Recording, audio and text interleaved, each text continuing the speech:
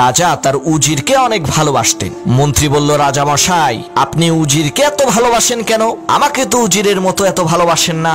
রাজা বললেন, মন্ত্রী, তুমি কি দেখতে চাও আমি কেন উজিরকে এত বেশি ভালোবাসি? মন্ত্রী বলল, যথাজ্ঞা মহারাজ, আপনি যদি দেখান আমি কেন দেখব না। মন্ত্রীর এই কথা শুনে রাজা মশাই উজিরকে কাছে ডাকলেন এবং পকেট থেকে 6টি টাকা বের করে সমান ভাগে ভাগ করে উজিরের হাতে দিলেন 3 টাকা এবং মন্ত্রীর হাতে দিলেন 3 টাকা, আর বললেন, তোমরা দুইজনেই বাজার থেকে 1 টাকার এখন এবং 1 টাকার তখন আর 1 টাকার এখনো না তখনও না কিনে নিয়ে আসবে।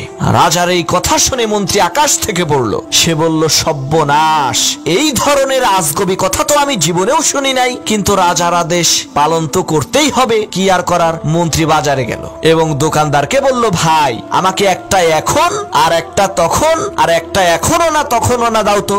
মন্ত্রীর এই কথা শুনে দোকানদার বলল, মাননীয় মন্ত্রী মহোদয়, আপনার কি মাথা খারাপ হয়েছে? এই ধরনের আজে বাজে কথা বলছেন। এখন আর তখন কি দোকানে বিক্রি হয় নাকি? মন্ত্রী বলল, আমিও তো তাই জানি, দোকানে তো এখন আর তখন বিক্রি হয় না, তবে শুনেছিলাম বিপদে পড়লে নাকি বিড়ালও বান্দার গাছে ওঠে। আমারও আজকে সেই দশা হয়েছে। যাই হোক, মন্ত্রী অনেক চেষ্টা করার পরও এখন আর তখন কিনতে পারল না। সে ব্যর্থ হয়ে খালি হাতেই রাজদরবারে উপস্থিত হলো। কিছুক্ষণ পর উজির আসলো। রাজামশাই প্রথমে মন্ত্রীকে জিজ্ঞেস করলো, মন্ত্রী, তুমি কি এখন আর তখন কিনে এনেছো?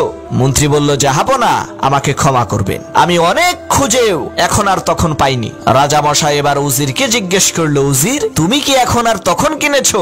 উজির বলল, জি রাজামশাই, আমি কিনেছি। রাজা বললেন, কিভাবে কিনেছো একটু বলো তো। উজির বলল, রাজামশাই, আমি বাজারে যেয়ে দেখি দোকানদার গরম গরম জিলাপি বানাচ্ছে, সেখান থেকে আমি 1 টাকা দিয়ে একটা জিলাপি কিনে খেয়েছি। এইটা হলো আমার এখন। কাল হাসরের ময়দানে এই 1 টাকা আমার কোনো কাজে আসবে না। তারপরে দেখলাম এক ভিক্ষুক ভিক্ষা করছে, আমি সেই ভিক্ষুককে 1 টাকা দান করলাম। সেই 1 টাকা হচ্ছে আমার তখন। কাল কিয়ামতের কঠিন মুসিবতের দিনে মা যখন তার সন্তানকে পরিচয় দেবে না, স্ত্রী যখন তার স্বামীকে চিনবে না, ওই ভিক্ষুককে দেয়া 1 টাকা তখন আমাকে সাহায্য করবে। এরপর বাজারের মধ্যে দেখতে পেলাম এক গায়ক গান গাচ্ছে, তার গান শুনে তাকে দিলাম 1 টাকা। সেইটা হলো আমার এখনো না তখনও না। এই 1 টাকা দুনিয়াতেও আমার কোনো উপকার করবে না, আর কাল কিয়ামতের দিনেও আমার কোনো কাজে আসবে না।